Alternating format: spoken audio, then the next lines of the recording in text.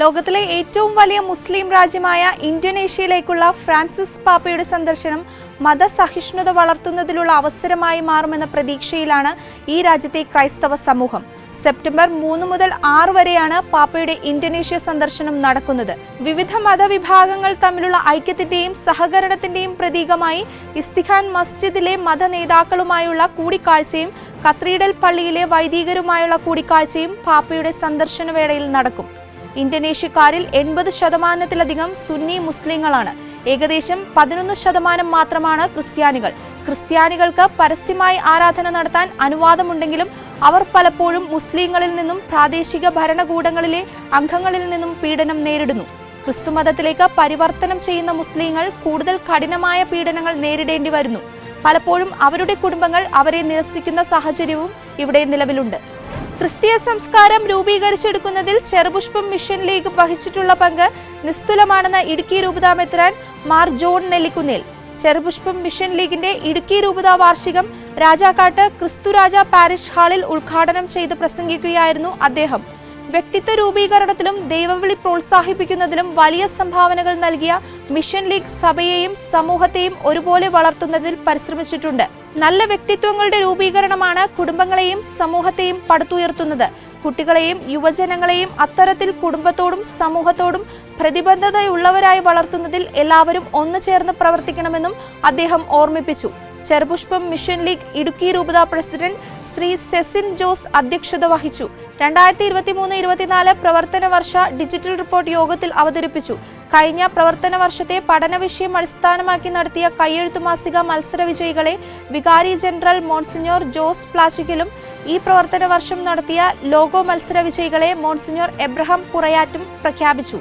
കഴിഞ്ഞ പ്രവർത്തന വർഷത്തിലെ മികച്ച ശാഖകളെയും മേഖലകളെയും അവാർഡുകൾ നൽകി ആദരിച്ചു. പാലസ്തീൻ അഭയാർത്ഥികൾക്കായുള്ള സഹായഹസ്തവുമായി വത്തിക്കാൻ.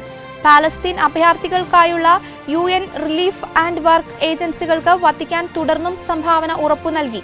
ഐക്യരാഷ്ട്രസഭയിലെ വത്തിക്കാനിലെ സ്ഥിരം നിരീക്ഷകൻ ആർച്ച് ബിഷപ്പ് ഗബ്രിയേൽ ഗാർസിയ ന്യൂയോർക്കിൽ നടന്ന UNRWAയുടെ സമ്മേളനത്തിലാണ് വത്തിക്കാൻ ഈ സാമ്പത്തിക സഹായം ഉറപ്പു നൽകിയത്. ഇപ്പോഴത്തെ സാഹചര്യങ്ങളുടെ പശ്ചാത്തലത്തിലാണ് ഈ തീരുമാനമെന്നും ആർച്ച് ബിഷപ്പ് ഗബ്രിയേൽ ഗാർസിയ വ്യക്തമാക്കി. മിഡിൽ ഈസ്റ്റിലെ 5 ദശലക്ഷത്തിലധികം പാലസ്തീൻ അഭയാർത്ഥികളുടെ അടിസ്ഥാന ആവശ്യങ്ങൾ നിർവഹിക്കുന്നതിൽ UNRWAയുടെ പങ്ക് നിർണായകമാണെന്നും അദ്ദേഹം പങ്കുവച്ചു. ഒപ്പം സംഘടന അതിന്റെ പ്രവർത്തനത്തിൽ നിഷ്പക്ഷത കാത്തുസൂക്ഷിക്കുകയും പരിപോഷിപ്പിക്കുകയും ചെയ്യേണ്ടതിന്റെ ആവശ്യകതയും അദ്ദേഹം സമ്മേളനത്തിൽ ചൂണ്ടിക്കാട്ടി.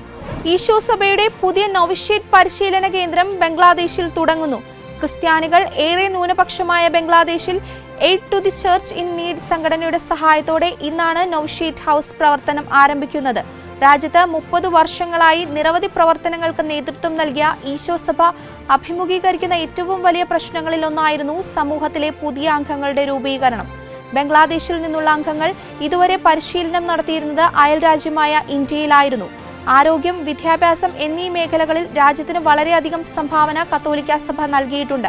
പല കത്തോലിക്ക യുവാക്കളും സഭ ചെയ്യുന്ന ആത്മീയവും സാമൂഹികവുമായ സേവനങ്ങൾ കണ്ടു വളരുകയും തുടർന്ന് ഈ സേവനങ്ങൾക്കായി ജീവിതം സമർപ്പിക്കുകയും ചെയ്യുന്ന അനുഭവങ്ങളുണ്ടെന്ന് ഈശോ സഭയുടെ mission superior father Ripon Rozario വെളിപ്പെടുത്തുന്നു. ലാറ്റിൻ അമേരിക്കയിലും ഏഷ്യയിലും ആഫ്രിക്കയിലുമാണ് കത്തോലിക്ക സഭയുടെ ഭാവി എന്ന് ഫ്രാൻസിസ് മാർപ്പാപ്പ.